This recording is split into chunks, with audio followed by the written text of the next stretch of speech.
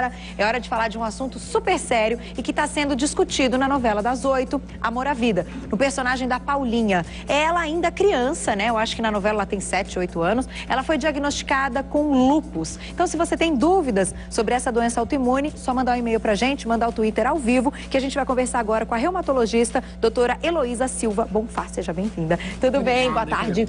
Obrigado. Seja bem-vinda, fique à vontade. Obrigada. Muito bacana a gente poder tratar do assunto. Aqui no Você Bonita a gente fala de saúde todos os dias e quando as novelas colocam aí, claro, né, os temas nos personagens, melhor ainda, né? Porque a gente consegue abrir, expandir e poder falar de um tema e de uma doença tão séria e que acomete muitas pessoas que quando não tocamos nesse assunto, as pessoas não param para pensar que podem ser diagnosticadas, que é o caso do lúpus, né? Exatamente. Queria começar nosso papo te perguntando o que é exatamente o lúpus? É uma doença autoimune? Isso. É uma doença autoimune e autoimune significa o seguinte, as pessoas normais, elas têm uma defesa, têm células, têm proteínas que vão defender contra bactéria, contra vírus. Nessas pessoas, o que acontece é que esse sistema vai contra o próprio indivíduo. Então, ele agride o rim, o coração, o fígado, como o da Paulinha.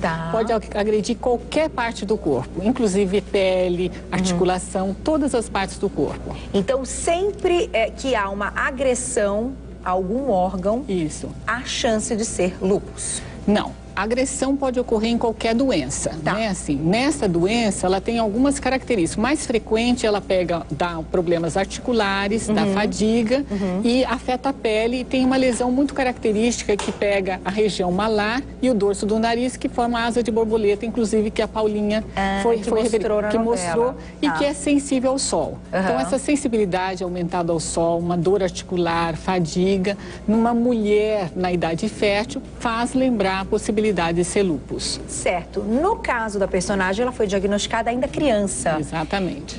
Há menos chance ou também a gente encontra já o lúpus? O lúpus pode ocorrer tanto na infância como no idoso, mas é muito mais raro. Ele é mais frequente na mulher na idade fértil, no período que ela menstrua. Essa é a fase mais frequente e é muito mais frequente na mulher do que no homem. 9:1. Tem alguma relação hormonal? Sim, o lúpus tem, a gente acredita que tem uma relação hormonal, a gente até procura evitar o hormônio feminino, a anticoncepção é feita de uma forma diferente, porque tem uma possibilidade de piora do lúpus se ela tomar a pílula, por exemplo, a pílula que existe disponível para todo mundo, ela tem que tomar uma de progesterona. Isso é indicado pelo próprio reumatologista, junto com o ginecologista.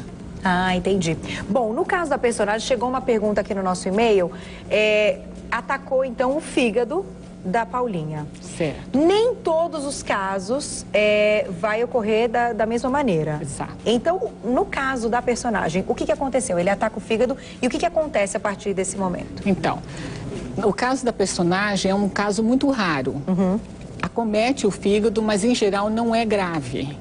No caso dela foi muito grave e é importante para a gente chamar atenção sobre o assunto. Mas o órgão mais acometido é o rim. E o que acontece hoje é que a gente tem muitas formas de tratamento. O lúpus melhorou muito o diagnóstico e a gente tem outras medicações para tratar. Então é muito raro o caso ser muito grave, como foi o caso dela. Então ela tem duas raridades, pegar o fígado e ser muito grave. Então no caso dela, o fígado dela perdeu a função e teve que tratar com transplante. Então foi um caso raríssimo. Extremo mesmo. No geral, quando você vai diagnosticar a doença, o que deve ser visto, então, pelo reumatologista nesse momento? Porque o que eu li do lúpus é que não é assim, não existe um diagnóstico, você faz um exame e você tem a comprovação, você tem lúpus, né? Então, como deve ser reavaliado esses exames para chegar nessa conclusão? Em primeiro lugar, nós temos dois tipos de lúpus. Um que pega só a pele, e outro que pega qualquer órgão do organismo. E isso varia de paciente para paciente. Então, o reumatologista, ele vai ver o que é que está sendo acometido e vai fazer alguns exames. Nenhum do exame fecha o diagnóstico, tem que ser a clínica mais o exame. Então, se tem uma alteração do rim, mais uma alteração no sangue, mais um teste que é considerado o teste mais característico, que é o fator antinúcleo. Então, esses testes ajudam o reumatologista a fazer o diagnóstico. Perfeito. Mas é um diagnóstico que tem que ser feito pelo especialista, porque ele é muito complexo, não é muito fácil de ser feito. Tá. Agora, doutora, é genético? Então, assim, uma mãe que tem o lúpus, ela pode ter uma filha com lúpus e assim por diante? Então, eu gostaria até de ressaltar isso, é uma pergunta super importante. Primeiro, não é uma doença contagiosa, não pega, tá? Não é uma doença genética, é uma doença que tem predisposição genética. O que significa isso? É que a paciente que é de uma família que tem lúpus tem mais chance de ter lúpus, mas ainda assim é raro. Isso não acontece só com lúpus, mesmo diabético. O que acontece? Você não vai ter diabetes porque você vai ter se você tiver o gene que permita que você tenha diabetes. Então, quem tem lúpus na família tem uma incidência aumentada, ainda que seja raro. Perfeito, tá? Mas ela pode se manifestar ou não? Pode se manifestar ou não. Entendi. Então, exatamente isso. Agora, o lúpus também, ele tem aí um período que ele está agindo no corpo e ele pode ficar também em outro momento, como a gente poderia dizer, desativado. A pessoa tem o lúpus, mas ele não está reagindo. Por que isso acontece? Como a gente pode, uma pessoa que tem o lúpus, que foi diagnosticada, consegue ter uma qualidade de vida? Então, hoje a qualidade de vida em lúpus melhorou muito. Realmente é uma doença que tem esses surtos de atividade e remissão que a gente chama, e tem alguns fatores que pioram o lúpus. Por exemplo, o sol, a sensibilidade ao sol é uma coisa que pode desencadear o quadro. A paciente está bem, vai à praia, toma muito sol, isso pode piorar. O estresse pode piorar. Então, a gente hoje, e a gente vê no seu programa, a gente valoriza muito qualidade de vida. Então, a paciente lúpica deve fazer exercício, deve ter uma vida saudável, deve comer bem, não pode fumar, que é um fator muito que piora e que pode ser desencadeante da atividade e doença. Então, a qualidade de vida é uma coisa importante para essas pacientes. Não existe cura para o lúpus? A pessoa tem que conviver com a doença para o resto da vida? Não existe cura para o lúpus porque nós não sabemos nem a causa da doença. Mas a grande maioria dos pacientes vai ter vida normal. A fertilidade é normal, pode casar, pode ter filho, mas tem que sempre ter um cuidado. Quer dizer, o momento de engravidar tem que ser definido junto com o médico, porque se você engravidar fora da atividade, a chance de ir tudo bem é muito melhor. Então, é compatível com o trabalho, não é uma doença, quer dizer, a grande maioria dos pacientes vai ter uma vida normal, só com cuidado indo ao reumatologista. E muitos desses pacientes precisam tomar uma medicação com certa frequência? Sim. Todos os pacientes praticamente têm que tomar, tem uma medicação que é um antimalárico, que é usado para malária, que a gente usa em dose baixa, que praticamente todos os pacientes têm que usar para evitar, que já se mostrou que ele evita a ativação da doença. E hoje, nós podemos até celebrar que nós temos medicações novas para tratar lúpus. Então, antes a gente tratava agredindo todo o sistema imune. Então, ele melhorava o lúpus, mas piorava toda a infecção. E hoje a gente tem terapias muito específicas, que é só naquela célula que está alterada. Então, melhorou muito o tratamento do lúpus. Eu trabalho há 30 anos com lúpus, nunca foi tão bom tratar lúpus, porque a qualidade de vida dos pacientes aumentou, a sobrevida melhorou.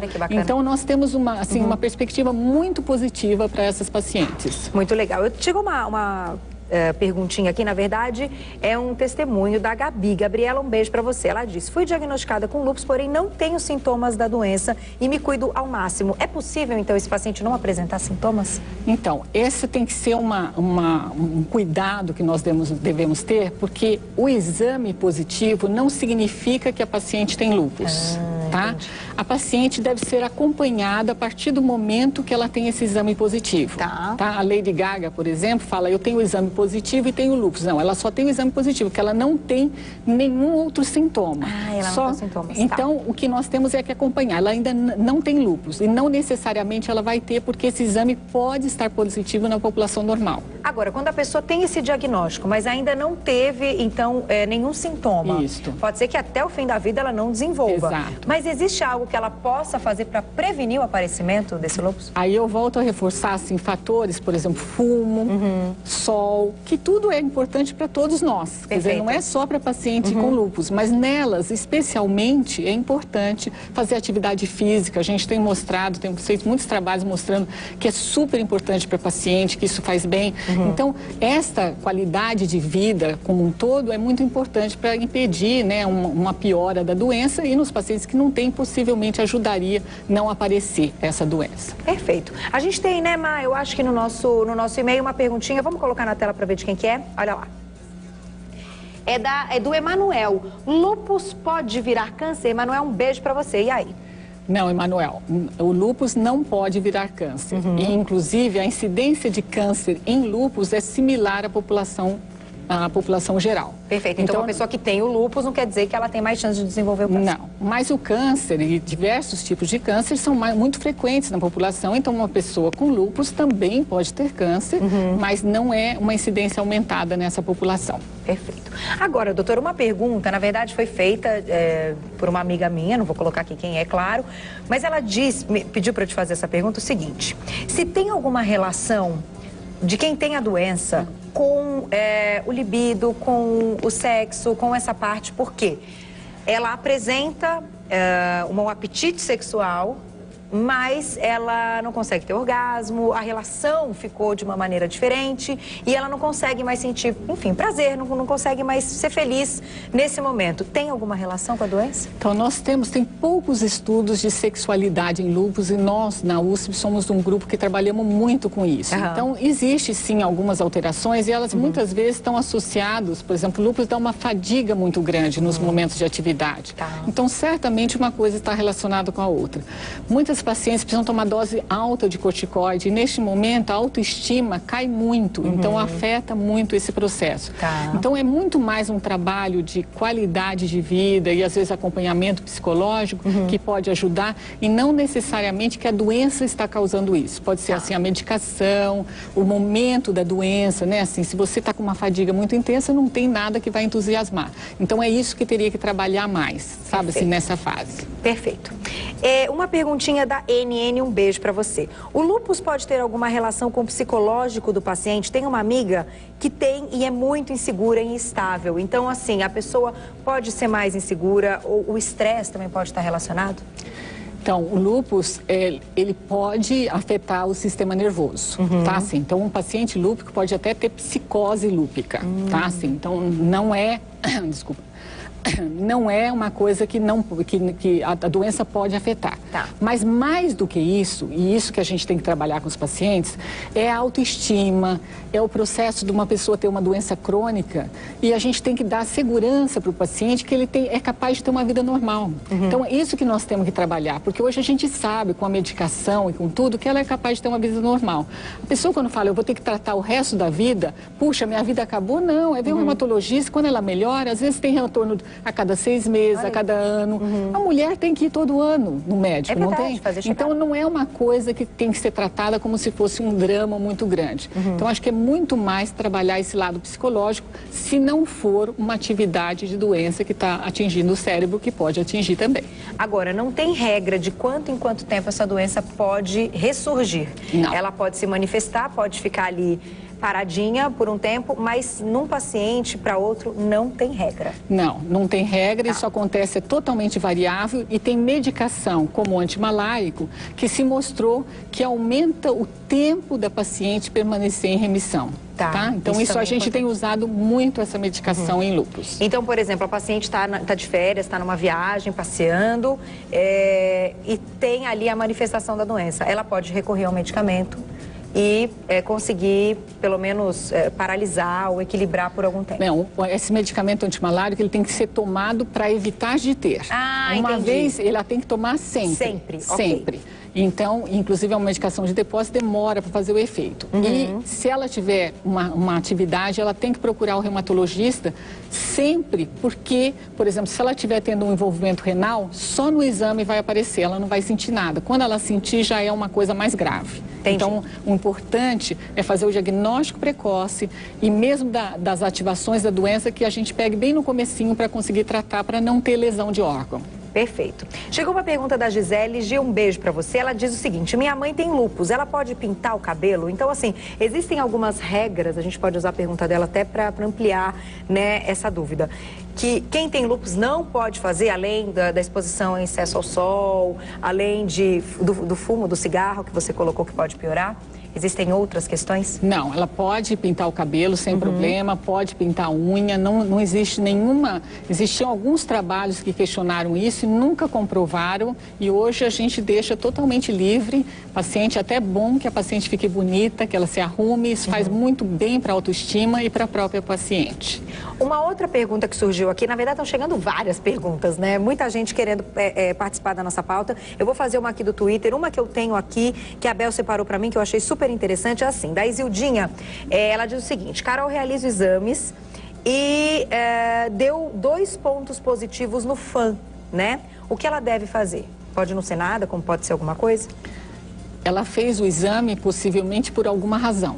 Tá, sim. Então, a gente espera que sim, né? Sim. Então, se ela fez por alguma razão, ela tem que procurar um reumatologista. Certo. Porque, assim, o lúpus, ele pode dar muita coisa, mas nem tudo é lúpus. Tá. Então, essa é a grande questão. O FAM positivo é um teste que a gente fala de screening, de começar a testar.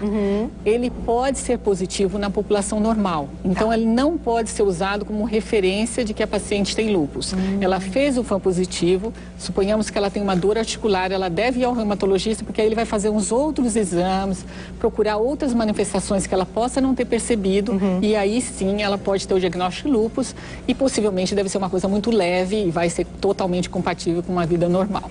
E, claro, a gente fica tentando decifrar aí o resultado dos exames, isso é péssimo. E a gente vai lá no Dr. Google e fica pior ainda, então não faça isso, Isildinha, né? Isso serve para muita gente que vai lá no Dr. Google, digita, coloca o que tem, e aí aparecem coisas horríveis e muitas vezes que não tem nem fundamento, né, doutora? Então, nada de Dr. Google, procure um reumatologista, que aí sim a gente vai ter, claro, o diagnóstico correto. Uma pergunta muito legal: quem tem lúpus deve tomar vacinas? Como é essa parte ligada a outras doenças, essas prevenções?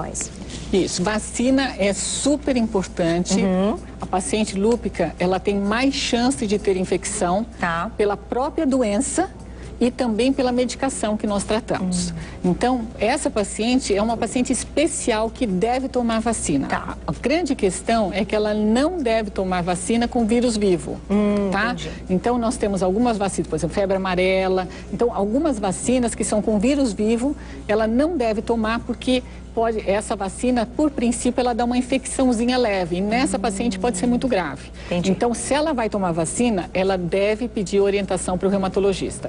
Mas ela deve tomar vacina, tá? Assim, é muito importante tomar vacina. Para se prevenir aí de outras doenças, com certeza. Muito bom. Quero agradecer a doutora Heloísa Silva, mas antes queria que você mostrasse a sua apostila, que eu achei muito bacana. Pode falar um pouquinho sobre ela? Então, esse é uma apostila que foi feita pela Sociedade Brasileira de Reumatologia, e ela está disponível no site, tá?